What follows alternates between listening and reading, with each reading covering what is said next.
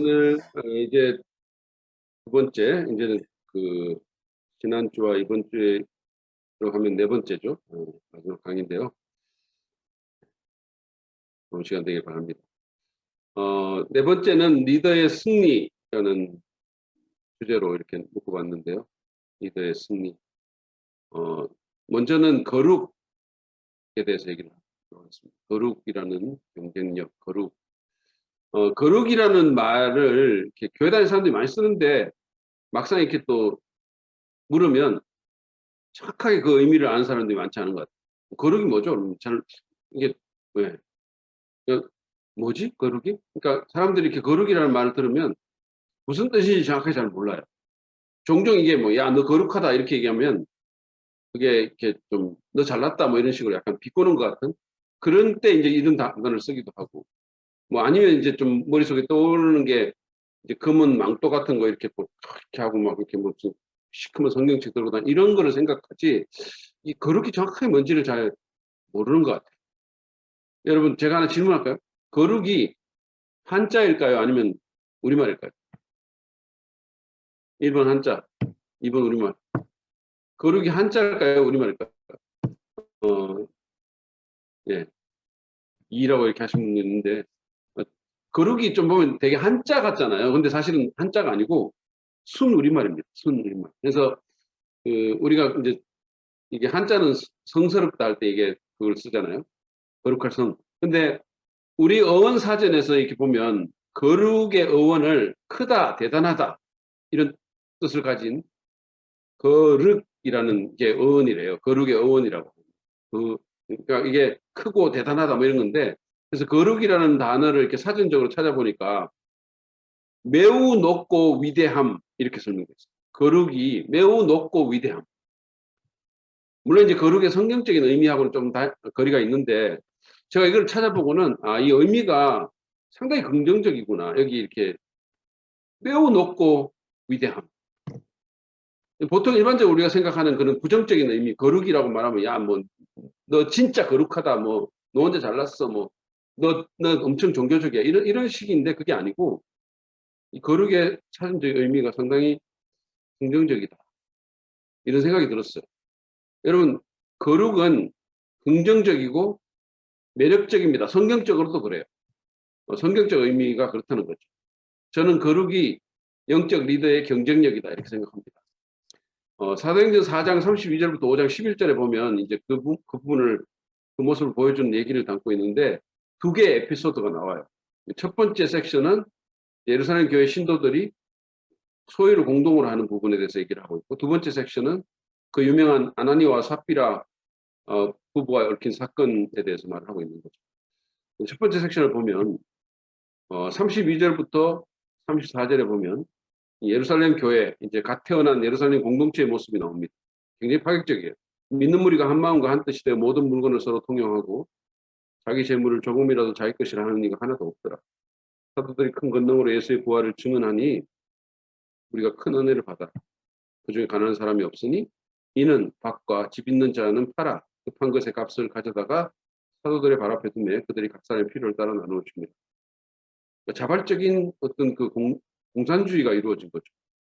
서로의 재산을 나눠가지고 그래서 그 공동체 가운데 엄청나게 큰 공동체인데 그죠? 우리가 오순절만 하더라도 3천 명이 구원받은 엄청나게 큰 공동체인데 그 가운데 가난한 사람이 없었다 이렇게 있어요. 제가 중국에 가서 이제 지하신학교에서 강의를 한 적이 있는데 그 당시에 어떤 그 강의 듣던 사람 중에 그때까지도 당비를 내던 그런 공산당원이 있었거든요. 그 사람이 제가 성경 읽으니까 성경에 공산주의가 있더라고. 그런데 성경의 공산주의하고 중국의 공산주의의 차이점이 하나는 자발적으로 한 거고 하나는 억지로 된 거다 이렇게 말을 하더라고 본인이. 여러분 여기서 자발적인 나눔이 이루어졌거든요. 근데 이 자발적인 나눔의 동력이 뭐냐면 본문 보면 사도들이 예수님의 부활을 성령의 권능으로 증거했을 때 사람들이 큰 은혜를 받아가지고 이런 나눔이 있게 됐다 이렇게 말했어요. 여기서 하나 제가 말씀드리고 싶은 것은 뭐냐면 초대교회 때 사도들은 무슨 교리를 전한 게 아니에요. 무슨 뭐 어떤 신학을 말한 것도 아닙니다. 그들은 예수가 부활했던 그 사건에 대해서 말한 거죠. 뉴스를 말한 거예요. 뉴스. 그러니까 굿뉴스죠. 사람이 죽었다가 부활했다는 놀라운 소식을 전한 거예요. 어떤 티칭을 전한 것도 아니에요. 가르침을 말한 것도 아닙니다. 뉴스를 말했어요. 그러니까 이건 뉴스를 말했는데 그 뉴스에 따라서 성령의 권능으로 은혜를 받은 거죠. 그러니까 은혜를 받으니까 이런 놀라운 일이 있고, 복음은 뉴스고 좋은 소식이고, 그 좋은 소식으로 은혜 받으니까 재산도 나누는 이런 일이 있게 된 거죠. 자, 36절, 37절에 보면 바나바라는 사람이 또 나옵니다. 우리가 이거 몇 번 읽었는데, 그불에서 난 레이족 사람이 있으니 이름이 요셉이라, 사도들이 일컬어 바나바라 하니 그가 밭이 있으면 팔아 그 값을 가지고 사도들이 바나바라 했더니. 자, 이 사람이 이제 이 재산을 막 나누는 상황 가운데서 자기 밭을 다 팔아가지고 어려운 사람들의 필요를 채워주는 파격적인 헌신의 행위를 했습니다. 자, 이러니까 이제 5장에 넘어가서 아나니아와 삽비라 부부 얘기가 나와. 아나니아라는 사람이 그의 아내 삽비라와 더불어 소유를 팔아 그 값에서 얼마를 감춤해 그 아내도 알더라. 얼마만 가져다가 사도들의 발 앞에 두니. 자, 아나니아와 삽비라 이 부분은 아마 이 바나바의 헌신에 대해서 들은 게 틀림이 없어요. 그랬던 것 같아요. 자, 그러니까 이제 그래서 바나바처럼 자기 소유를 팔아서 사도들에게 드렸는데, 문제는 다 드린 게 아니라 얼마를 감춘 거죠. 아마도 바나바처럼 좋은 평판은 받기를 원했는데 돈이 좀 아까웠던 것 같아요. 그래서 부부가 공모를 해가지고 교회에 거짓말을 했습니다. 아마 그런 과정 가운데서 성령께서 찔림을 주셨겠죠. 그런데 그들은 그냥 해버렸어요. 자, 그러니까 베드로가 이렇게 책망합니다. 3절, 4절. 베드로가 이르되 아나니아야 어찌하여 사단이 내 마음에 가득하여 네가 성령을 속이고 땅값 얼마를 감추었느냐. 땅이 그대로 있을 때에는 네 땅이 아니면 판 후에도 네 마음대로 할 수가 없더냐. 어찌하여 이 일을 내 마음에 두었느냐. 사람에게 거짓말한 것이 아니요 하나님께로다. 아나니아가 경건한 표정으로 아마 우리가 땅판 전부입니다라고 드렸겠죠. 베드로가 이 속을 꿰뚫는 그런 어떤 통찰력으로 그의 죄를 지적합니다. 베드로가 이렇게 말했어요. 야, 네 재산 네 마음대로 할 수 있는 권리가 네게 있는데 왜 이런 일을 꾸몄냐고 질책을 한 거죠. 그러면서 사단에 홀려가지고 성령을 속이는 큰 죄를 범했다고 지적을 합니다. 아나니아가 이 말을 듣고 충격을 받아가지고 그 자리에 쓰러져 숨졌어요.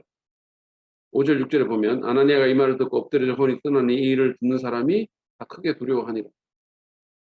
젊은 사람들이 일어나 시신을 싸서 메고 나가 장사하더라. 얼마나 두려웠겠어요. 이 놀라운 일이 벌어진 거죠. 자, 그런데 이제 7절, 8절에 보면 그 아내의 얘기가 나옵니다. 3시간쯤 지나 그의 아내가 그 일어난 일을 알지 못하고 들어오니 베드로가 이르되 그 땅 판 값이 이것뿐이냐 내게 말하라 하니 이르되 예 이것뿐이라 하더라. 자, 삽비라는 자기 남편이 돌아와야 되는데 안 오니까 이상하게 생각한 거죠. 그래서 한 3시간이 지나서 이 공동체에 왔어요. 그러니까 베드로가 묻는 거죠. 땅 판 값이 다냐? 이렇게 말했어요. 이거는 뭐 확인하는 의미도 있을 수 있겠지만 회개의 기회로 볼 수도 있죠. 자, 이렇게 말했을 때 그녀가 죄를 자백하고 돌이킬 수 있었어요. 성령께서도 아마 그 마음속에 또 다른 찔림을 주셨을 겁니다. 근데 삽비라는 그 모든 신적인 기회를 무시하기도 했어요. 뭐 무슨 말인지 모르겠다는 듯이 어깨를 하고 안 맞다고. 자, 그랬더니 9절 10절 베드로가 이르되 너희가 어찌 함께 깨하여 공모했다는 거죠. 주의 영을 시험하려 하느냐. 보라 네 남편을 장사하고 오는 사람들의 발이 문 앞에 이르렀으니 또 너를 메어 내가리라 하니 곧 그가 베드로의 발 앞에 엎드리죠. 혼이 떠나는지라. 젊은 사람들이 들어와 죽은 것을 보고 메어다가 그의 남편 곁에 장사하니. 똑같은 말을 하죠. 사람이 아니라 성령을 시험한다고 말합니다. 그러면서 책망합니다. 청년들이 들어오니까 죽었고 청년들이 그녀의 시신을 메다가 남편 곁에다 장사를 지내 주었습니다. 사도행전 5장 11절에 보니까 온 교회의 이 일을 듣는 사람들이 다 크게 두려워하네요. 예루살렘 교회에서 이 거짓말을 한 멤버들에 대해서 무서운 징계가 이루어진 거죠. 세상은 이런 일을 그냥 웃어 넘길 수도 있겠죠. 그렇죠. 이 공동체는 죄를 아무것도 아닌 것처럼 여기지 않았습니다. 그로 인해서 거룩한 경외감이 이 공동체뿐만 아니라 사람들 사이에 있게 된 거죠. 이게 본문의 얘기입니다. 자, 이 얘기가 이제 크리스천 리더의 경쟁력이라고 할 수 있는 거룩에 대해서 몇 가지 중요한 레슨을 주는데요. 첫 번째로 거룩은 죄로부터 구별되는 것이다라는 레슨을 우리가 받습니다. 죄로부터 구별되는 게 거룩입니다. 근데 일단은 이걸 읽으면 많은 경우에 사람들이 불편한 느낌을 받아요. 현대 그리스도인들. 좀 불편해요. 왜? 너무 심한 거 아닌가? 아니, 비록 땅값 일부를 좀, 이렇게 좀, 거짓말을 하긴 했지만, 그러나, 어쨌든, 이 정도까지 이렇게 해야 되나? 어떤 사람들은, 아니, 자기 땅을 팔아가지고, 뭐 일부지만 교회에 바칠 생각을 했다는 자체만으로 상을 줘야지, 심판하면 되냐? 이런 생각까지 들어요. 사실 저도 이 징계 얘기가 편하지만은 않습니다. 근데 여러분, 왜 불편할까요? 왜? 왜 우리는 이런 얘기를 읽으면서 불편해질까요? 그것은 우리도 모르는 사이에 죄에 대한 우리의 기준이 너무 낮아졌기 때문이 아닐까요? 하나님에 대한 죄. 우리는 죄를 너무 가볍게 생각하는 거예요. 그럴 수도 있지라는 게 우리의 모토가 됐어요. 그럴 수도 있지. 근데 여러분, 그럴 수도 있는 그 죄 때문에 하나님의 아들이 십자가에 못 박혀 죽었습니다. 우리는 그 사실을 잊어버린 채 우리의 죄를 그냥 용납해버리는 거죠. 너무 기준이 낮아진 거죠. 그러는 사이에 이 죄가 트로이 목마처럼 교회 안으로, 크리스천 가정 안으로 교묘하게 침투해서 우리의 삶을 망가뜨리고 그리스도인으로서 우리의 간증을 해칩니다. 그래서 교회를 세상의 조롱거리가 되게 하는 거죠. 하나님의 마음을 찢어놓는 거죠. 여러분, 이 부부가 한 일은 별거 아닌 죄가 아니에요. 하나님께 드리는 이 부분에서 거짓말을 했어요. 그러니까 베드로가 지적한 것처럼 사람이 아니라 하나님께 거짓말을 한 거죠. 물론 모든 거짓말은 다 나쁜 거예요. 근데 이 경우는 그 직접적인 대상이 하나님이라는 점에서 특별한 거죠. 뿐만 아니라 그들이 이 죄를 계획하고 공모하는 과정에서 둘이가 알았잖아요. 서로 얘기한 거거든요. 공모했거든요. 그 공모하는 과정에서 아마 그들의 마음속에서 계속적으로 역사하시는 성령을 무시한 거죠. 성령님을 거스른 죄죠. 삽비라의 경우는 또 다른 회개의 기회까지 부여받았는데 그거조차 날려버린 겁니다. 그러면 하나님께서 이 부부를 왜 이렇게까지 심판하셨을까? 하나님은 처음 출범하는 기독교 공동체가, 교회가 죄에 대해서 가벼운 태도를 지니기를 원치 않으셨어요. 만약에 여러분 생각해 보세요. 이 예루살렘 교회가 이런 식으로 그냥 이거 그냥 넘어가면 그 후에 계속해서 세워질 교회가 어떻게 되겠어요? 예수 그리스도의 교회라는 가장 거룩한 이름을 지닌 공동체가 처음부터 죄에 대해서 느슨한 태도를 갖는다면 교회는 아마 만신창이가 되겠죠. 그러면 세상에 대한 영향력을 잃게 되겠죠. 그래서 그분은 모든 사람들이 죄에 대한 경각심을 가질 수 있게 하기 위해서 이 부부의 죄를 공개적으로 엄하게 심판하신 것입니다. 그래서 그들이 죄로부터 구별되고 그야말로 거룩한 공동체가 될 수 있는 자극제를 주신 거죠. 그뿐만 아니라 여러분, 의심의 눈초리로 이 새로운 운동을 지켜보는 세상에 메시지를 던지기를 원하셨어요. 자, 이 교회라는 우리는 조금의 죄도 용인하지 않는 거룩한 공동체라는 사실. 그것을 웅변적으로 선포한 겁니다. 여러분, 한국 교회가 오늘날 이 능력을 잃어가는 이유가 뭘까요? 세상으로부터 무시당하고. 왜 그럴까요? 그 중에 하나는 교회 안으로 스며들어온 이 죄를 우리가 제대로 처리하지 못한다는 거예요. 교회의 무슨 사유화 문제라든지, 무슨 목회자의 무슨 성 문제라든지, 표절이라든지, 돈 문제라든지, 이런 문제에 있어서 교회가 세상의 기준조차도 따라가지 못하고 있는. 여러분, 심각한 죄를 범한 성도에 대한 징계가 교회에서 시행됐다는 얘기 들어보신 적 있어요? 잘 없어요. 사람들은 농담조로 강남에 있는 어느 교회에서 징계받으면 분당에 있는 다른 교회 가면 된다고 이렇게 얘기해요. 지금 이게 교회의 어떤 상황이 돼버립니다. 적용하겠습니다. 여러분, 거룩이라는 것은 죄로부터의 분리를 의미합니다. 우리가 거룩하신 하나님을 믿고 그분을 따르고 살잖아요. 그분은 거룩하셔서 죄를 떠나 계시는 분이세요. 우리도 그래야 되는 거 아닙니까? 그래서 그런 측면에서 베드로가 이렇게 권면합니다. 베드로전서 1장 14절부터 16절에 세 번역으로 제가 읽겠습니다. 순종하는 자녀로서 여러분은 전에 모르고 쫓았던 욕망을 따라 살지 말고 여러분을 불러주신 그 거룩하신 분을 따라 모든 행실을 거룩하게 하십시오. 성경에 기록하기를 내가 거룩하니 너희도 거룩하여라. 물론 우리는 하나님처럼 완전한 존재가 아닙니다. 한계가 있어요. 그 누구도 마찬가지예요.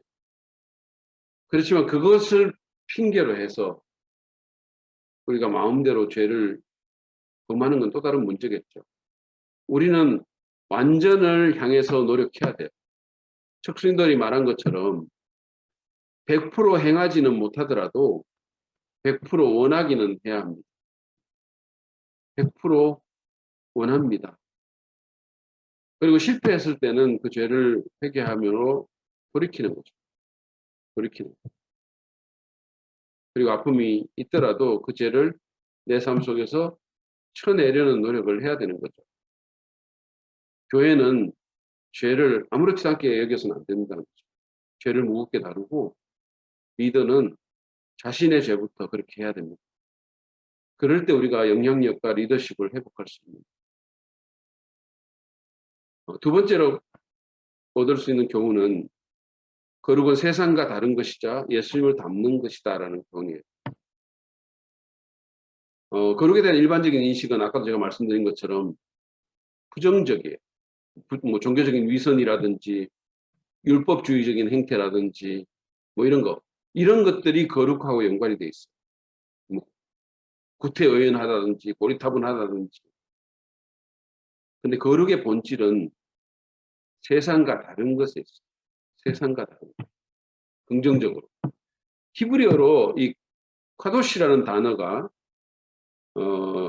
거룩으로 번역되는 단어인데요. 구별되다, 분리되다, 따로 떼어지다 이런 의미가 있어요. 구별되다, 분리되다. 그것의 어떤 그 그리스어 상대어는 하기오스라는 건데 여기는 다르다라는 의미가 있어요. 다르다. 그러니까 하나님이 거룩하시다는 의미는 그분이 단순히 죄를 짓지 않는다는 의미만이 아니에요. 하나님이 거룩하시다는 의미는 그분이 다른 모든 피조물로부터 구별된 존재라는 뜻입니다. 우리 피조물과는 다른 존재라는 뜻이에요. 그분이 지극히 거룩하시다는 말은 우리와는 완전히 다르다는 뜻이에요. 그러므로 우리가 거룩하다라고 하는 것은 세상과 다르게 사는 거예요. 그리고 더 적극적으로는 우리의 삶과 우리의 존재에서 예수님을 더 닮는 것을 의미합니다. 여러분, 그 예루살렘 공동체는 세상과 달랐어요. 먼저는 그들은 누가 강압하거나 무슨 억지로 하지 않았는데 스스로 공동체 내에 어려운 사람들을 위해서 자기 재산을 내어놓았어요.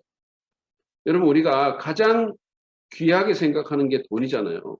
그죠? 재산이고 돈인데 이 사람들은 그거를 아무런 조건 없이 교회에 드렸어요. 다른 사람들의 필요를 위해서 기꺼이 자신을 희생한 거죠. 이것은 돈만 생각하고 자기만 생각하는 세상과 다를 뿐 아니라 우리를 위해서 십자가에서 자신의 몸을 내어놓으신 예수님을 닮는 거예요. 다른 사람을 위해서 자기 것을 드리신. 아나니와 삽비라의 경우도 이런 부분에서 여러분 세상과 다른 부분을 묘사하고 있어요. 세상은 거짓말 따위는 별로 그렇게 심각하게 여기지 않아요. 여러분 연예인이나 무슨 정치인들이 거짓말했다가 발각돼도 그냥 그러려니 하고 넘어가기가 일쑤죠. 정치인들의 공약은 헛공약이라고 받아들이죠. 우리가 헛공짜를 써가지고 공적인 약속이 아니고 헛된 약속. 요즘 대선판 보면 뭐 거짓말 대잔치 하는 거 아닌가 이런 생각 들어요.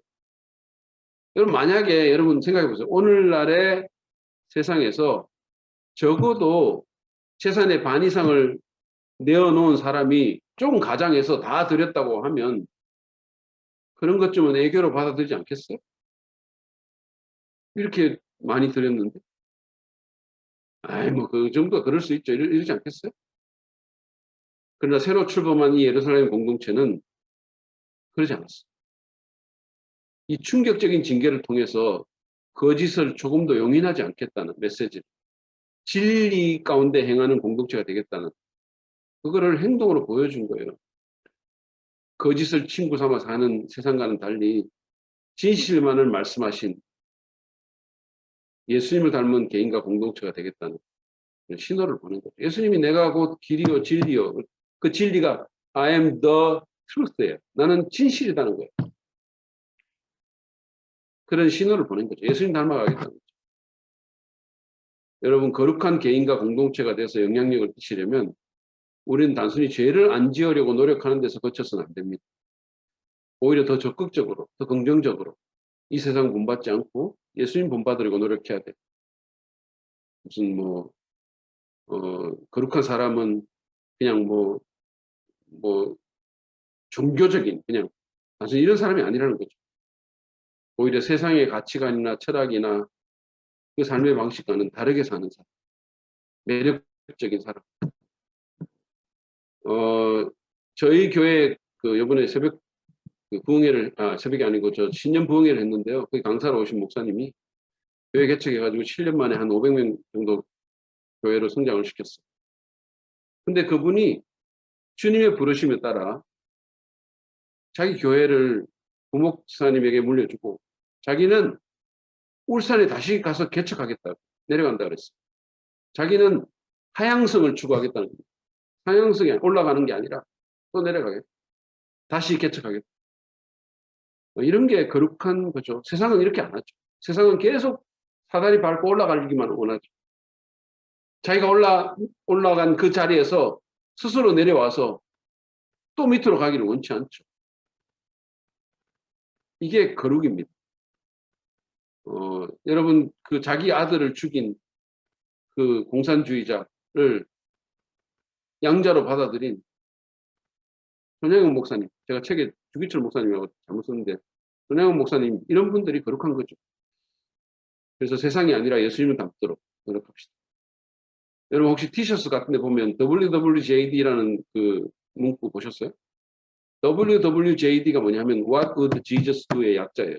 예수님이라면 어떻게 하실까? 예수님이라면 어떻게 하실까? 이게 이제 그 찰스 시드니 셸던이라는 사람이 쓴 소설의 어떤 제목이긴 한데 한국판 제목이죠. 예수님은 어떻게 하실까? 우리가 이런 질문을 하면서 살아갈 필요가 있어요. 예수님이라면 어떻게 하실까? 예수님 닮아가는. 세 번째로 거룩은 우리의 경쟁력입니다. 본문에 나타난 거룩의 영향력을 보세요. 여러분 본문을 보면 거룩이 진짜 영향력을 미치는구나 라는 걸 잘 알 수 있어요. 예루살렘 교인들이 세상과 달리 물질보다 다른 사람의 필요를 앞세웠을 때 사도행전 4장 33절에 이렇게 말합니다. 사람들은 모두 큰 은혜를 받았다. 위선을 떨고 거짓말을 한 아나니와 삽비라에 대한 징계를 통해서도 교회뿐 아니라 그 사건을 듣는 다른 사람들까지도 하나님에 대한 경외감을 갖게 됐다. 이렇게 말합니다. 사도행전 5장 11절에 온 교회와 이 사건을 듣는 사람들은 모두 크게 두려워했다. 그리고 그 뒤에 얘기들을 이렇게 보면요. 교회는 더 능력 있게 성장해 가는 거예요. 교회가 이렇게 막 아름답게 세워져 가는 거예요. 여러분 우리가 달라야 영향을 줄 수 있어요. 세상과 달라야 세상에 영향을 주는 거예요. 연예인들이 왜 일반인한테 영향 주는지 아세요? 다르기 때문이에요. 연예인들은 달라요. 뭔가 다르더라고. 제가 연예인들 봤는데 좀 못생긴 연예인도 뭔가 달라요. 예전에 저희 교회 그 전도사님 사모님인데 이게 좀 10년도 더 지난 얘기인데 리저 시절에 장동건을 본 거예요. 실물을 본 거예요. 그래서 이 사모님이 너무 흥분을 해가지고 막 저한테 와가지고 목사님 달라요 달라요 뭐 이러더라고요. 다르다는 거죠. 이 장동건이 완전히 다르다는 거예요. 달라야 영향을 줄 수 있는 거죠. 다르니까. 교회도 마찬가지죠. 오늘 한국 그리스도인들과 교회가 왜 세상에 영향을 미치지 못합니까? 우리가 다름을 잃어버렸기 때문에. 그 말은 거룩을 잃어버렸기 때문에. 세상과 다르기보다는 세상과 너무 닮았죠. 교회에 세속하라는 게 무슨 뜻이에요? 교회에 세속하라는 게 교회가 세상을 닮았다는 거죠. 닮았으니까 영향을 못 미치는 거예요. 달라야 영향을 미치는 거죠. 그 말은 거룩을 회복해야 된다는 얘기입니다. 근데 이렇게 얘기하면 또 종교적으로 생각할 수가 있는데 종교적인 것하고 거룩한 것은 달라요. 여러분 우리가 단순히 종교적인 것만으로는 선한 영향 미칠 수 없어요. 전화 받을 때 할렐루야 이러면서 받고 가게 이름 호산나 슈퍼 이렇게 말하고 자동차에 무슨 십자가 물고기 로고 달고 샬롬 이러면서 인사하고 이런 걸로 사람들이 감동받지 않아요. 식당에서 막 사람들 많은데 두 손 모아가지고 큰 소리를 기도하고 이런 걸로 사람들이 영향받지 않습니다. 오히려 비난할 수 있어요. 우리의 삶이 달라야 됩니다. 도덕적인 성별을 추구할 뿐 아니라 예수님을 닮는 적극적인 거룩을 드러내야 되는 거죠. 세상에서는 감히 볼 수 없는 어떤 아까 제가 말한 것 같은 모두가 사다리 잡고 올라가고 자기 것만 챙길 때 어떤 사람은 사다리 타고 내려오는 거죠. 어떤 사람은 그냥 자기가 그냥 손해보는 쪽을 택하는 거죠. 이런 것들이 세상에 영향을 줍니다. 이런 것들이 우리의 경쟁력이 될 수 있는 거예요. 예수님의 모습이 드러날 제2위 하나님으로서의 어떤 기독권을 다 내려놓고 이 땅에 정말 종의 모습으로 오신 그 예수님 그리고 정말 사람들을 사랑하고 그 사람들을 위해서 자기 목숨까지 내어주신 그 예수님 그분의 모습이 드러날 때 사람들이 우리의 말에 귀를 기울이겠죠. 그리고 우리를 진지하게 받아들일 것입니다. 여러분 스스로에게 한번 질문해 보시죠. 나는 세상과 좀 다른 면이 있는가? 좀 생각해 보세요. 내가 주일날 되면 교회 가고 무슨 크리스찬 앱 보는 거 이런 거 외에 내가 세상과 좀 다른 면이 있는가? 나는 세상보다는 예수님을 더 닮았는데 정말 나는 거룩한 예수 믿는 사람으로서 리더로서 직장인으로서 가정에서 나는 과연 예수님 닮았는가? 우리가 선한 영향을 미치려면 죄로부터 떠날 뿐만 아니라 세상과 다른 예수님 닮은 참 거룩을 추구해야 됩니다. 게리 토마스라는 사람이 쓴 책 중에 거룩이 능력이다라는 책이 있어요. 여러분 거룩이 능력입니다. 거룩이 영향력이고 경쟁력이에요. 제가 이전에 교회 청년부에 사역하는데 어떤 청년 하나가 교회를 왔어요. 그래서 이제 새로 온 거죠. 새로 왔는데 전도 집회 때 왔어요. 어떻게 왔냐고 물어보니까 우리 교회 자매가 거기 청년이 하나가 그 직장이 같은 직장인인데 자기하고 너무 다르더라는 거죠. 자기가 이렇게 대응하는 방식과는 너무 다르게 대응하고 너무 달라가지고 호기심이 생겼다. 그게 거룩의 능력입니다. 그래서 아나니아와 삽비라 부부처럼 단순히 종교적인 모양만 내려고 하는 것이 아니라 하나님의 시선을 의식해서 동기까지 점검하고 속에서부터 거룩한 존재가 될 때 영향력 있는 크리스천 리더의 모임이 될 수 있으리라고 믿습니다. 제가 책에 보면 그 게리 토마스가 거룩이 능력이다라는 그 책에 자기 딸이 자기에게 한 편지를 이렇게 실어놨어요. 이 편지가 참된 거룩이 얼마나 아름다운지 얼마나 선한 영향력을 미치는지를 잘 보여줘서 제가 지금 읽어드릴게요. 사랑하는 아빠께 싫어하지 않고 자주 제 영어 리포트를 점검해 주시고 제게 아주 좋은 본이 돼주신 아빠께 감사하고 싶어요. 저는 아빠가 저희들이나 엄마한테 신경질 부리는 것을 본 적이 없어요. 아빠는 생존하는 법이 없죠. 아빠가 나쁜 말을 하는 것을 들어본 적이 없어요. 이런 것들이 제게 큰 영향을 주었어요. 또 저는 아빠가 잘 웃어서 좋아요. 저까지 덩달아 명랑해져요. 아빠는 아주 낙관론자예요. 아빠한테 화낸 적이 참 많아서 죄송해요. 아빠의 태도와 아빠가 상황에 반응하는 모습은 제게 많은 것을 가르쳐 주었어요. 원래 저는 아빠의 도움으로 하나님과 훨씬 더 가까워졌답니다. 아빠는 제가 상상할 수 있는 최고의 아빠예요. 많이 많이 사랑해요. 아빠의 사랑하는 딸 켈시 토마스 드림. 제가 이거를 읽으면서 여기에 종교적인 게 어디 있어요? 여러분 여기서 무슨 종교적인 어떤 부분에 그런 부분이 어디 있어요? 그런 거 하나도 없잖아요. 근데 이거 보면 너무 매력적이죠. 그래서 이런 어떤 이 예수님 닮은 모습, 이 모습으로 이 아이가 아빠에게 영향을 받아가지고 하나님께 훨씬 더 가까워졌다. 이렇게. 아빠를 존경하게 되는 거 말할 것도 없고 자기가 하나님께 가까워졌다는 거죠. 이런 모습, 이 아이를 하나님께 더 가까이 가게 만들었다는 거죠. 이게 진짜 거룩의 모습이라고 생각합니다. 거룩의 힘입니다. 그래서 그런 아빠, 엄마, 그런 자녀, 그런 회사원, 그런 그리스도인과 목회자가 되길 바랍니다. 거룩이 영적 리더의 진짜 경쟁력이라는 사실을 반드시 기억하고 정말 사람이 따르고 싶은 리더가 되는, 그래서 선한 영향을 미치는 저와 여러분 되시기 바랍니다. 자, 두 번째로 영적 전쟁에서 이기는 얘기를 한번 해보겠습니다. 자, 우리가 거룩의 경쟁력에 대해서 살펴봤고 이제 영적 전쟁 얘기를 하겠는데요. 리더는 좋든 싫든 이 싸움과 무관한 삶을 살 수가 없어요. 일단 지도자는 자기 그 팔로워들의 선봉에 서서 이 싸움을 이끌어야 되죠. 여러분 군대 장수들이나 어떤 뭐 지휘관들 한번 떠올려 보세요. 12척의 배로 뭐 10배가 넘는 외적을 물리친 이순신 장군, 뭐 메가드 장군, 이 사람 생각해 보세요. 물론 그들만이 아니죠.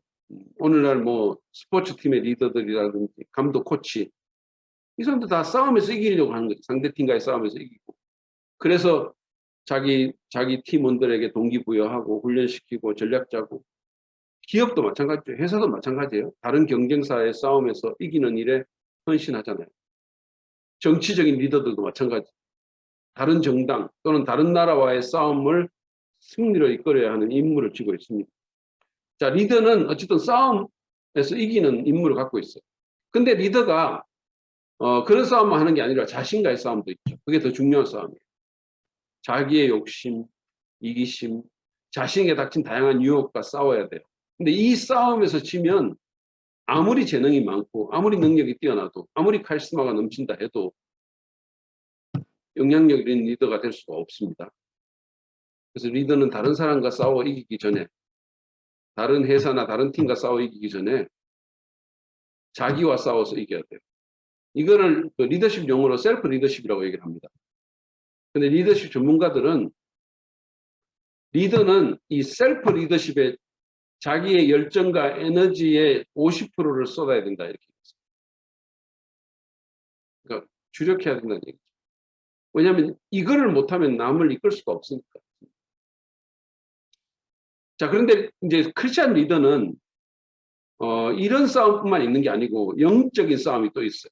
자, 이 영적 전쟁을 한번 보시죠. 에베소서 6장 12절에 보면 우리의 싸움은 인간을 적대자로 상대하는 것이 아니라 통치자들과 권세자들과 이 어두운 세계의 지배자들과 하늘에 있는 악한 영들을 상대로 하는 것입니다. 사람과 싸우기 전에 사단과 그를 따르는 악한 영과의 싸움이 크리스찬 리더가 싸워야 될 영적 싸움이라는 거죠. 그러면서 이제 사도 바울은 하나님이 주시는 무기가 있습니다. 전신갑주로 무장하고 굳게 서서 싸우라. 이렇게.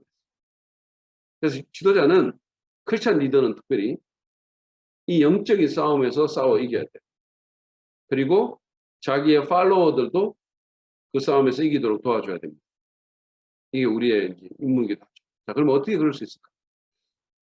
사도행전 16장 16절부터 24절에 보면 에베소에서 영적 전쟁에 대해 이제 에베소서 보면 영적 전쟁에 대한 권면이 나오죠. 6장에 보면. 근데 그 영적 전쟁에서 권면했던 사도 바울이 자기의 2차 선교 여행의 현장 가운데서 직접 그 싸움을 싸우는 장면이 나와 있어요.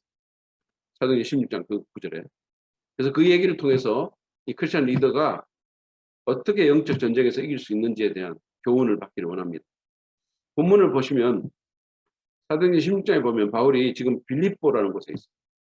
자기 선교팀과 함께. 이 빌립보는 그리스, 그러니까 지금 터키에서 그리스로 넘어가면 바로 처음 이렇게 있는 도시 중에 하나예요. 그래서 이제 이 빌립보에서 그가 루디아라는 여성 사업가를 만나죠. 그래서 그걸 주님께 인도를 하고 빌립보 교회라는 교회를 세웁니다. 근데 본문 16절 이하는 그 다음 얘기예요. 그가 빌립보의 길을 가다가 귀신 들린 한 여종을 만났어요. 자, 사도행전 16절 16절 보시죠. 우리가 기도하는 곳에 가다가 점치는 귀신 들린 여종 하나를 만나니 점으로 그 주인들에게 큰 이익을 주는 자라. 자, 이 여종을 하나 만났는데 이 귀신이 들렸는데 그 귀신의 능력으로 점을 치는데 이게 용했던 것 같아요. 용하니까 잘 맞으니까 사람들이 많이 왔는 것 같죠. 그러니까 주인들에게 이제 경제적인 이득을 많이 줬다는 거죠. 근데 이 여종이 17절에 보면 그가 바울과 우리를 따라와 소리질러 이르되 이 사람들은 지극히 높은 하나님의 종으로서 구원의 길을 너에게 전하는 자라 하며, 그러니까 이 여종이 바울의 정체를 바로 알아봤어요. 정확히는 여종이 아니라 그 여종 안에 있는 귀신이 있죠. 그 귀신이 그렇게 했던 거죠. 여러분 복음서 읽어보면 예수님의 경우도 그랬어요. 아무도 예수님의 정체를 몰랐을 때 귀신은 알아봤어요. 놀랍죠. 그러니까 귀신은 정확한 신학을 갖고 있는 거예요. 귀신이 올바른 교리를 갖고 있어요. 그런데 하나님과의 관계가 없는 거죠. 신학은 있는데 관계가 없어요. 여러분 올바른 신학 갖는 거 중요합니다. 그렇지만 그게 다는 아니라는 거예요. 하나님과의 바른 관계가 없는 신학, 교리, 이것 때로 상당히 위험해요.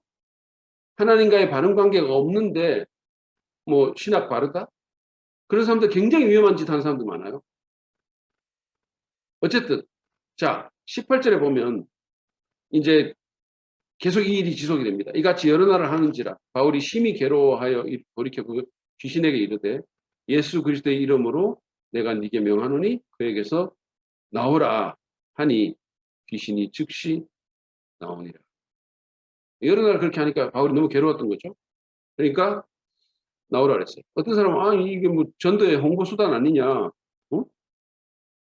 근데 사실은 이게 복음 자체보다는 사람들의 관심을 더 끌어가지고 바울이 이거를 중단시킨 거죠. 그래서 귀신에게 나오라고 명령을 했어요. 그래서 귀신이 나옵니다. 그리고 19절부터 21절에 보면 이제 이런 일이 벌어지니까 여종의 주인들이 난리가 났어요.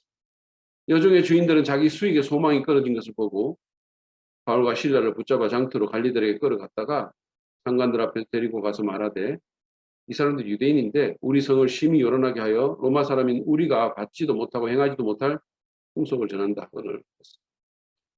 자, 이 여종의 주인들은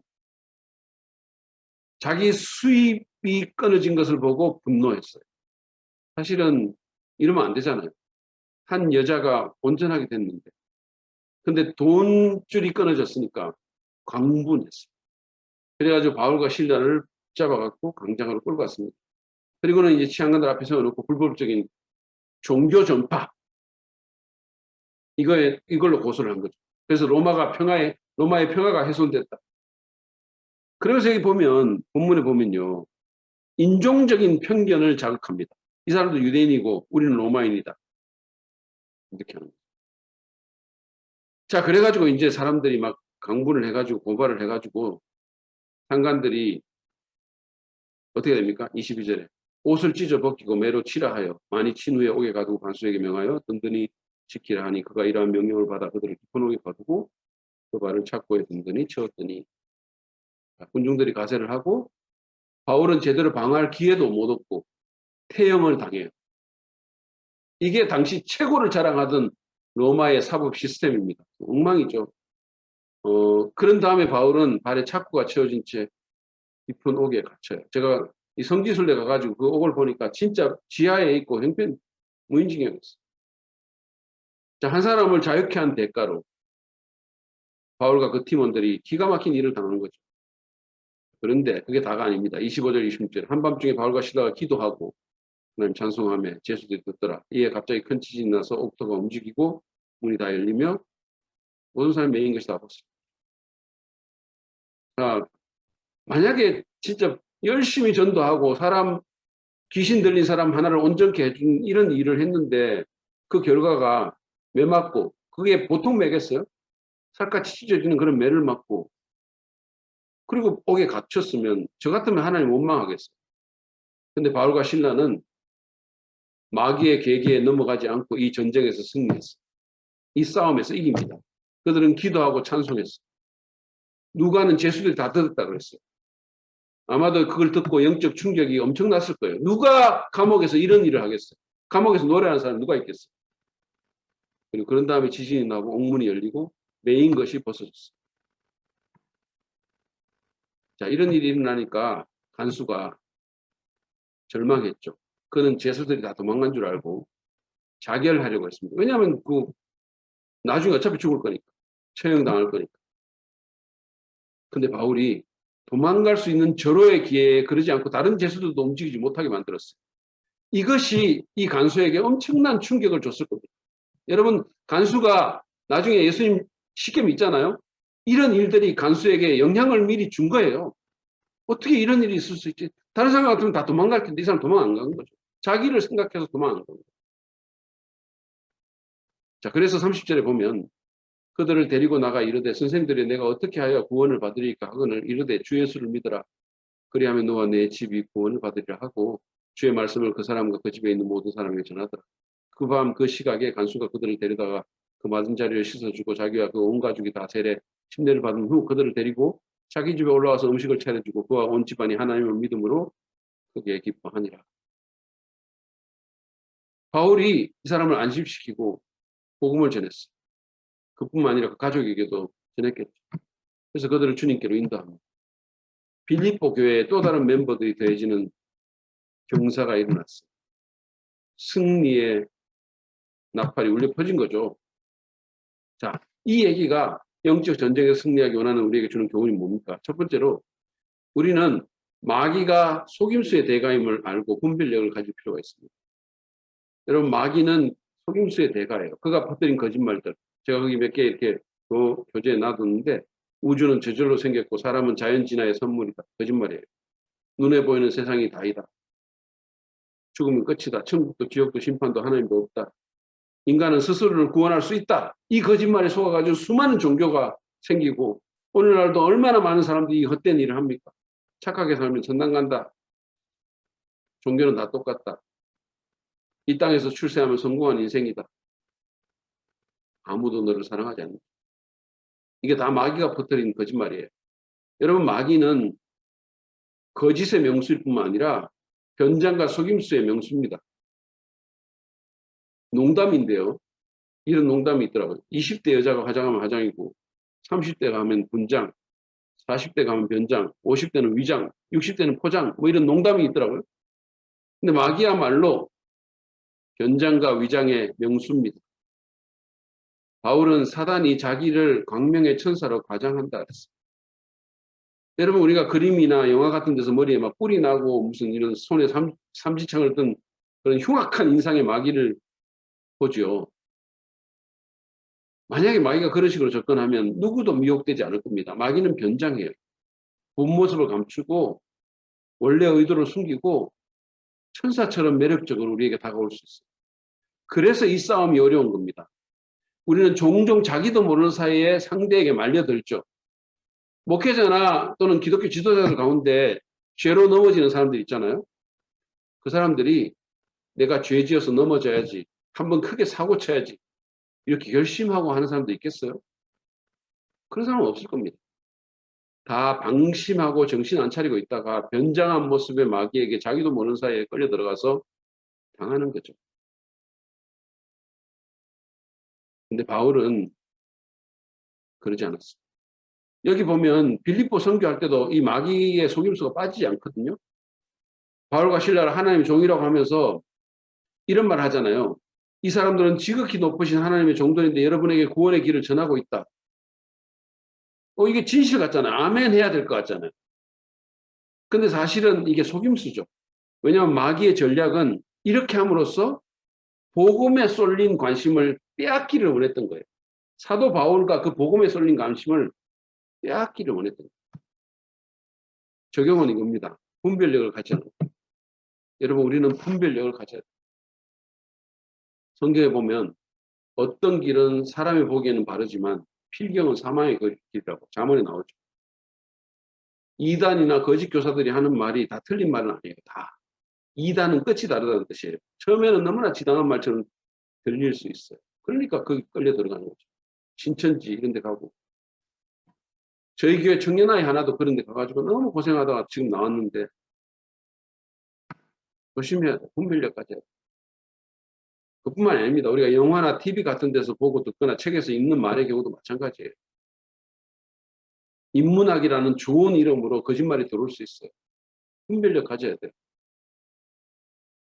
몇 년 전에 히트한 겨울왕국 같은 영화를 보면 이 가족 애가 감동적으로 그려지죠. 그리고 마법에 갇힌 나라를 사랑의 힘으로 해방시키는 무슨 굉장히 괜찮은 메시지가 있는 것 같아요. 근데 그 안에 뭐가 있냐 하면 정령신앙 같은 게 있고요. 기독교 구원론에 대한 비판 같은 게 숨어 있다. 팀 켈러는 레디꼬라는 영화 아시죠? 레디꼬 이 영화의 주제가가 주권적인 자아라는 자기애적 감정의 과잉을 노래하는 노래라 그랬어요. 주권적 자아라는 그 자기애적 감정의 과잉을 대변하는 노래. 자기를 사랑하는 노래. 그래서 이 노래는 자기가 수긍하고 사랑하는 그 자기 위에 어떤 권위나 가치도 두지 않을 것을 선언한다라고 말을 했어요. 이런 말을 하면 또 아니 무슨 만화 영화 하나 보면서 이렇게까지 머리 아프게 사냐고 이렇게 생각할지 모르지만 우리가 마귀의 속임수에 넘어가지 않기 위해서는 정신 차리고 살아야 됩니다. 분별력을 행사하고 살아야 됩니다. 마귀는 이런 것들을 아주 잘 이용해요. 여러분 우리에게 오는 기회, 초대, 선택 경우도 마찬가지입니다. 매력적으로 보일 수 있어요. 그러나 잘 살펴가지고 뭐가 바르고 지혜로운 길인지 분별을 해야 됩니다. 리더가 분별력을 잃으면 여러 사람이 어려움 당할 수 있어요. 두 번째 적용은 마귀의 최고 전략을 간파하라는 겁니다. 마귀의 최고 전략을 간파하십시오.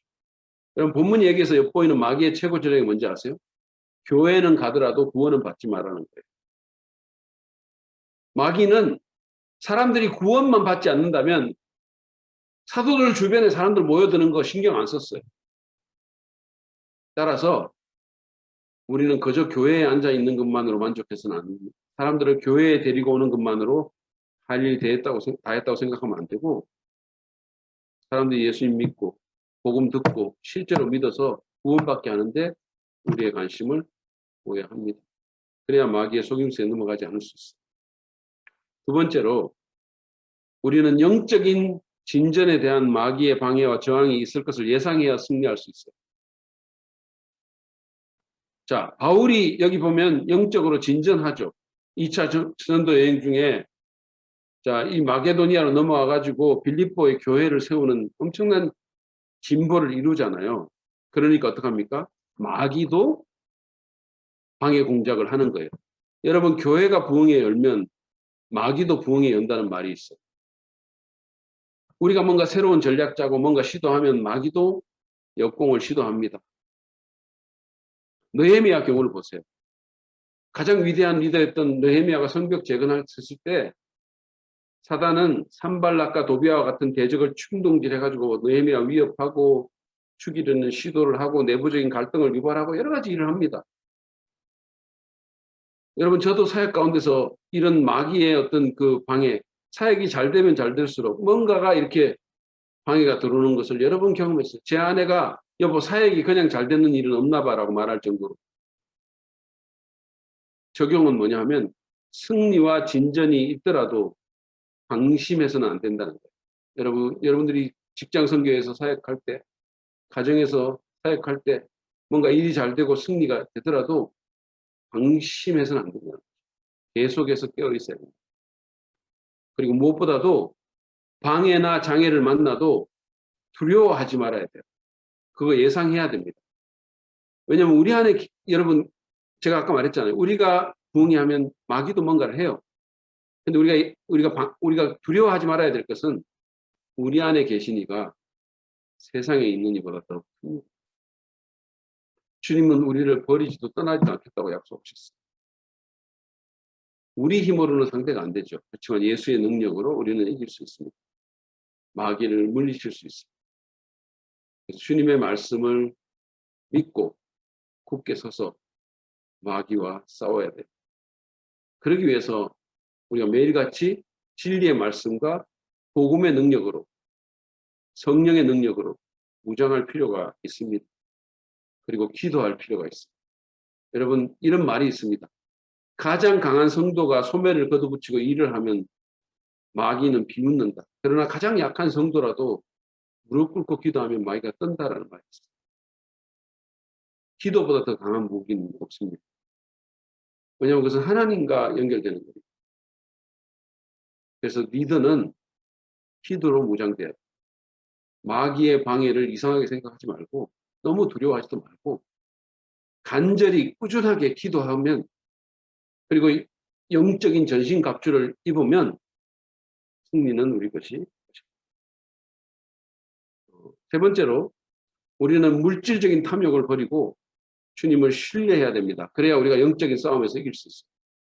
물질적인 탐욕을 버리고 주님을 신뢰해야 되죠. 여러분, 귀신 들린 여종의 주인들이 이 하나님의 역사를 거부한 가장 큰 이유가 뭡니까? 물질적인 탐욕이에요. 물질에 대한 욕심이었어요.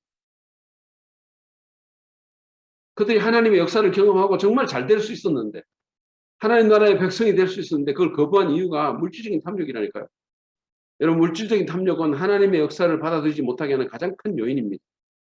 마귀가 이 탐욕을 부추겨서 하나님의 역사를 방해하는 거예요. 돈 욕심에 눈이 멀어가지고 하나님의 일을 거부하고 하나님의 종을 대적하고 하나님 주시는 기회를 물리치는 거죠. 마귀의 싸움 전략이 뭡니까? 탐욕을 자극하는 거예요. 마귀가 영적인 싸움에서 우리를 쓰러뜨리는 한 가지 방법이 바로 그겁니다. 욕심에 눈이 멀게 하는 거죠. 그러니까 우리가 욕심에 눈이 멀면 어떻게 되죠? 올바른 관점을 잃어버려요. 비이성적인 선택을 합니다. 그래서 마귀의 덫에 걸려들죠. 최근에 여러분 추락했던 종교 지도자들, 정치 지도자들 보세요. 대부분 이 욕심에 눈이 멀어서 그렇게 되는 거죠. 성적인 거든 물질적인 거든 권력에 대한 거든 욕심 때문에 모든 것을 잃어버리는 거예요. 인도네시아의 파푸아에 사는 원주민들이 이 원숭이를 사냥할 때 단단한 흙더미에 사람 주먹이 겨우 들어갈 수 있는 그런 구멍을 뚫고 거기다가 곡물을 집어넣어요. 근데 이제 그 원숭이 주먹이 들어가는 거예요. 그래서 원숭이들이 이렇게 손을 넣죠. 넣고 곡물이 있으니까 손을 넣는데요. 그리고 이걸 딱 쥐면은요.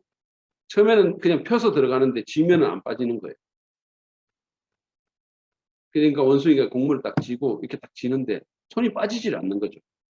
근데 사람들이 다가가서 그걸 잡으려고 하면 도망가야 되죠. 손 빼고 도망가야 되잖아요. 근데 절대로 손을 안 편대요. 손만 펴면 되는데 욕심 때문에 손에 든 곡물을 놓지를 못하는 거예요. 그래서 잡힌다는 거예요. 마귀의 전략도 이것과 비슷합니다. 우리의 욕심을 이용합니다. 예수님은 사람이 돈과 주님을 겸하여 못 섬긴다 이렇게 했어요. 예수님에 의하면 하나님의 1호 라이벌은 석가모니도 마호메트도 리처드 도킨스도 이만희도 아니에요. 돈입니다. 돈. 돈에 대한 욕심이 우리의 영성을 무너뜨리고 하나님께서 우리의 마음을 멀게 만드는 주된 요인이라는 거예요. 사람이 돈과 하나님을 겸하여 못 섬긴다 이렇게 얘기했어요. 이 표현은 돈에 대해서 유일하게 써요. 다른 건 없어요. 우리나라가 얼마나 물질주의적인 사회인지 여러분 아십니까? 그래서 우리가 정말 조심해야 돼요. 우리나라가 세계에서 가장 부자 나라는 아니에요. 근데 제가 어떤 통계를 봤더니 우리나라가 세계에서 물질주의 지수가 제일 높은 나라입니다. 그래서 우리가 조심해야 됩니다. 자, 적용을 하자면 성경에 보면 지도자들에 대해서 이렇게 말합니다. 감독에 대해서 목회자들, 장로들. 감독은 술을 즐기지 아니하며 구타하지 아니하며 오직 간용하며 다투지 아니하며 돈을 사랑하지 않습니다. 디모데전서 3장 8절 이와 같이 집사들도 정중하고 일부 이언을 하지 아니하고 술에 임박히지 아니하고 더러운 일을 탐하지 아니하고 둘 다 여기 돈에 대한 얘기가 나왔어요. 더러운 이익을 탐하지 않고 돈 사랑하지 않는다. 크리스찬 리더는 돈 욕심에서 자유로워야 합니다. 여러분 자신의 마음을 정직하게 한번 점검해 보시죠. 우리가 스스로를 혹시 속이지는 않습니까? 자기 기만을 내려놓을 필요가 있어요. 여러분 우리는 자기 기만의 달인들이에요. 때로는 우리의 욕심을 사역이나 선교나 무슨 헌신이라는 종교적인 용어로 포장하기도 합니다. 제일 부자 되게 해달라는 말을 우리 교회에서 11조 제일 많이 내는 사람 되게 해주세요. 이렇게 기도한다니까요. 우리 교회에서 11조 제일 많이 내는 사람 되게 해주세요. 이렇게 기도하는 거예요. 제가 부자가 나쁘다는 말이 아니에요. 하나님 나라에서 경건한 부자들이 얼마나 많은 하나님의 일을 감당했는지 모릅니다. 문제는 뭐냐면 돈을 사랑하는 태도가 문제라는 거죠. 물질에 대한 욕심이에요. 태도가 문제거든요. 돈 자체가 문제가 아니에요. 여러분 하나님은 당신의 나라와 복음에 헌신하는 자녀들의 삶을 책임져 주십니다. 그러므로 우리가 우리 우선순위를 점검할 필요가 있어요. 주님은 그 나라와 그의 의를 먼저 구하면 그러면 우리에게 필요한 것을 주시겠다고 약속하셨습니다. 그러므로 가진 것에 만족합시다. 여러분 히브리서 저자는 이렇게 말합니다. 돈을 사랑하지 말고 있는 바를 족한 줄로 알라. 그가 친히 말씀하시기를 내가 결코 너희를 버리지 아니하고 너희를 떠나지 아니하리라 하십니다. 내가 결코 너희를 버리지 아니하고 너희를 떠나지 아니하리라. 그러므로 돈 사랑하지 말라 그랬어요. 나를 사랑하고 주님 사랑하고 있는 바 족한 줄 알고 행복하게 살아라는 거죠. 계속 불만족하면서 이것만 있으면 행복할 텐데 이러면서 살지 말고 가진 것에 만족하면서 주님 사랑하면서 과도하게 욕심내지 말고 살라는 거예요. 온 우주를 소유하신 분이 공중의 모든 새를 먹이고 돌에 풀을 입히시는 분이 자기 아들을 아끼지 않고 우리를 위해 내어주실 만큼 우리를 사랑하신 분이 우리와 언제나 함께 하니까 그걸로 족하는 거 아니냐고.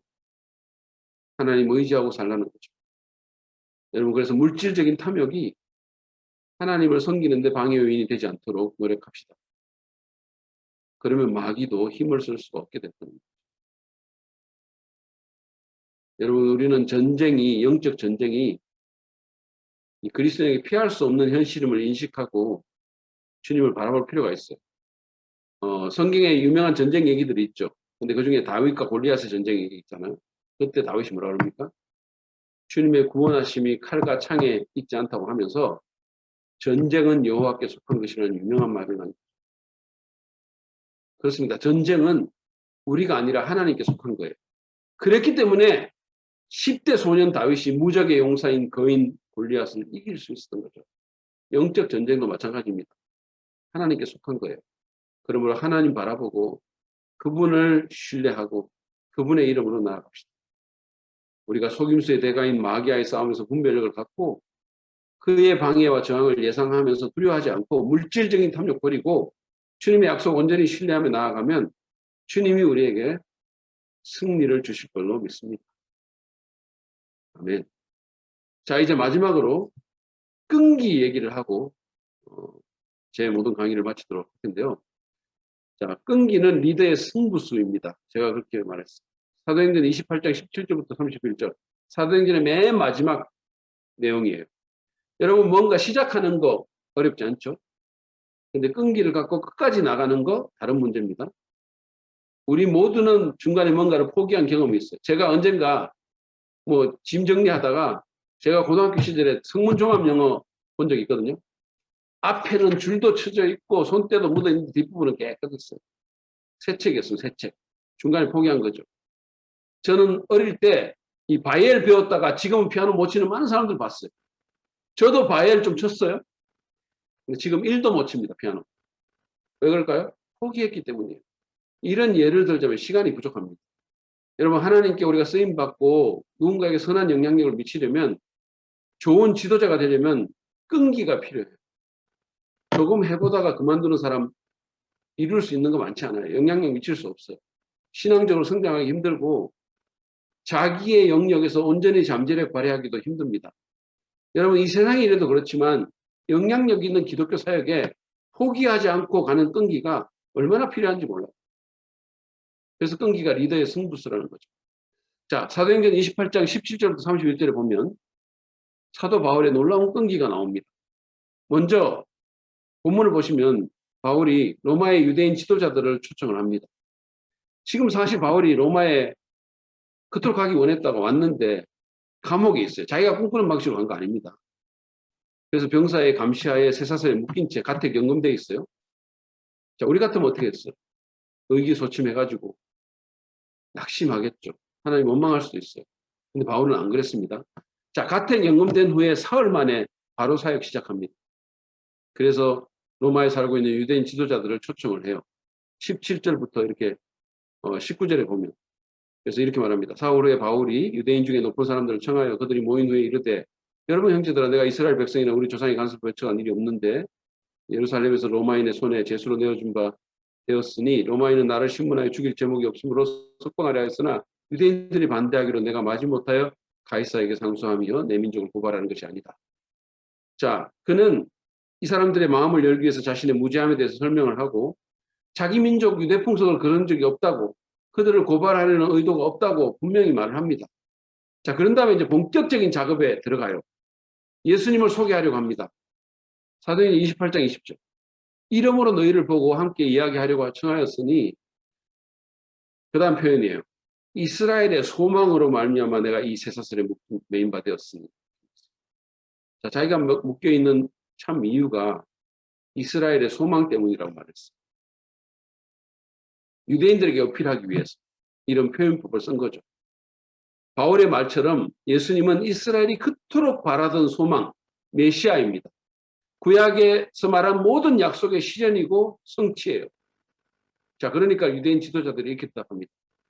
그들이 이르되 우리가 유대에서 내게 대한 편지를 받은 일이 없고 또 형제 중에 이건 유대인들 얘기하죠. 누가 와서 네게 대하여 좋지 못한 것을 전하든지 이야기하는 일도 없느니라. 이에 우리가 너의 사상이 어떤 것 듣고자 하니 이 파에 대해서는 어디서든지 반대를 받는 줄 알기 때문이라 하더라. 자, 이 사람들은 지금 바울과 거리를 두기 위해서 바울에 대해 들어보지 않았다라고 말을 합니다. 기독교에 대해서는 모른다 그랬어요.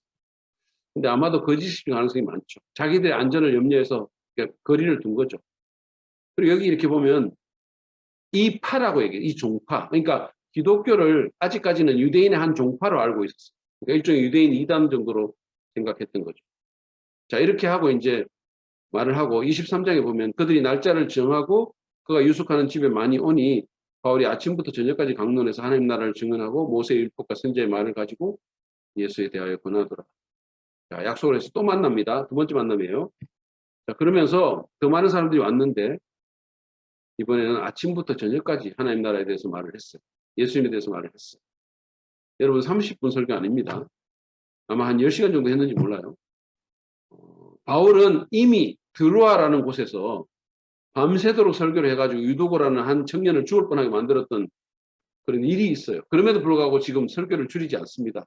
제가 이 본문을 보면서 저희 집사람이 앞으로 제 설교 시간에 무슨 말을 하더라도 절대 개의치 않고 바울을 담겠다라는 결심을 했어요. 여러분 바울의 열정이 느껴지십니까? 쇠사슬에 묶인 사람이 10시간 이상을 예수님에 대해서 말을 하고 있어요. 저희 딸내미가 이거 얘기하면서 바울에 대해서 야 바울 진짜 너무한다 이렇게 얘기하더라고요. 근데 바울은 말릴 수가 없어요. 자, 그들의 반응이 뭡니까? 28장 24절. 그 말을 믿는 사람도 있고 믿지 아니하는 사람도 있어. 저는 이 구절을 보면서 위로를 받았어요. 바울처럼 성령 충만하고 정말 열정에 넘친 지도자가 10시간을 강의를 해도 다 믿지는 않는 거죠. 믿는 사람도 있었고 안 믿는 사람도 있었어요. 어쨌든 그러나 로마에 있는 유대인 지도자의 일부가 그리스도인이 된 거예요. 긍정적으로. 바울은 지옥의 문을 후퇴시키는 위협을 달성했습니다. 자, 돌아가는 그들에게 바울은 구약 이사야서를 인용하면서 경고합니다. 보세요. 25절부터 27절. 서로 맞지 아니하여 흩어질 때 바울이 한 말로 이르되 성령이 선지자 이사야를 통하여 너희 조상들에게 말씀하신 것이 옳도다 일렀으되 이 백성에게 가서 말하기를 너희가 듣기는 들어도 도무지 깨닫지 못하며 보기는 보아도 도무지 알지 못하는도다. 이 백성들의 마음이 우둔하여져서 그 귀로는 둔하게 듣고 그 눈은 감았으니 이는 눈으로 듣고 보고 귀로 듣고 마음으로 깨달아 돌아오면 내가 고쳐줄까 함이라 하였으니 다시 말하면 이 사람들이 안 믿는다는 거죠. 그러니까 그들의 마음을 그냥 하나님께서 둔하게 만드는 거죠. 자, 그래서 하워드 마샬이 이런 말을 했습니다. 주석에서. 하나님의 말씀은 죄를 진단하는데 그것을 듣고 수용하기는 고통스러우나 동시에 그 상처는 치유를 가져온다. 일단 사람이 의도적으로 말씀을 거부하면 그가 그것을 수용할 수 있는 능력을 박탈당하는 때가 온다. 그것은 복음을 경시하는 자에 대한 무서운 경고다. 그러니까 언제까지나 기회가 있는 게 아니라는 거죠. 마음을 의도적으로 닫아버리면 언젠가는 수용할 수 있는 능력이 없어진다는 거죠. 자, 그러면서 28장 28절.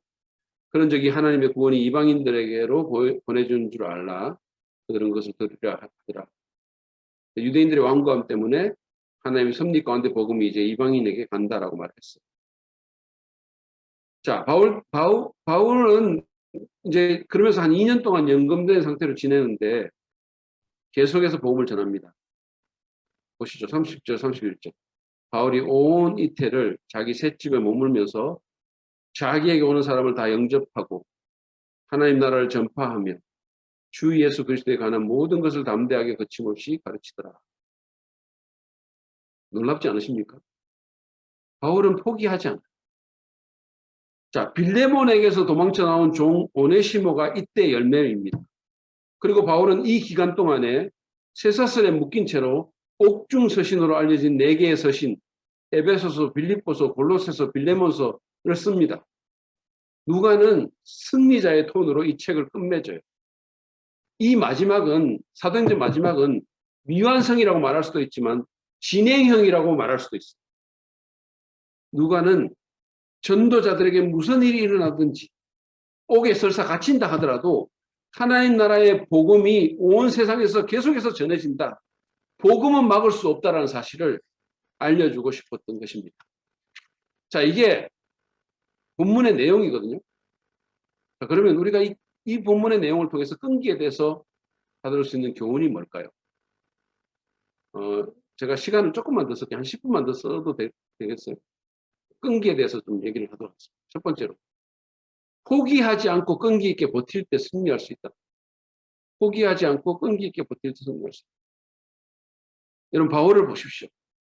바울은 외적인 상황으로 보면 영락없는 루저예요.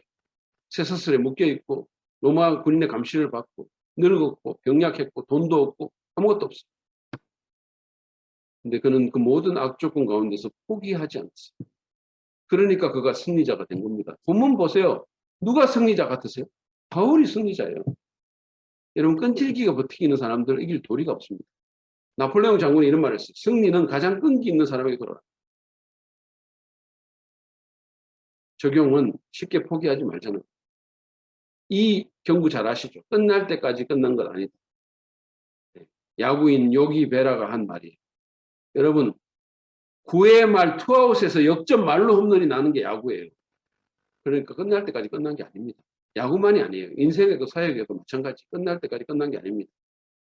그 대표적인 예가 아브라함 링컨이에요.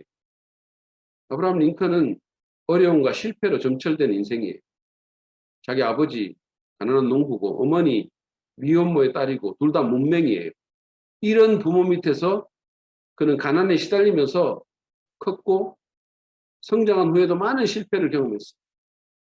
거기 쭉 27번의 실패 가운데 여러 가지가 나와요. 무슨 뭐 선거 낙선하고 공천 탈락하고 신경쇠약 입원하고 사업 파산하고 온갖 것이 있었어요.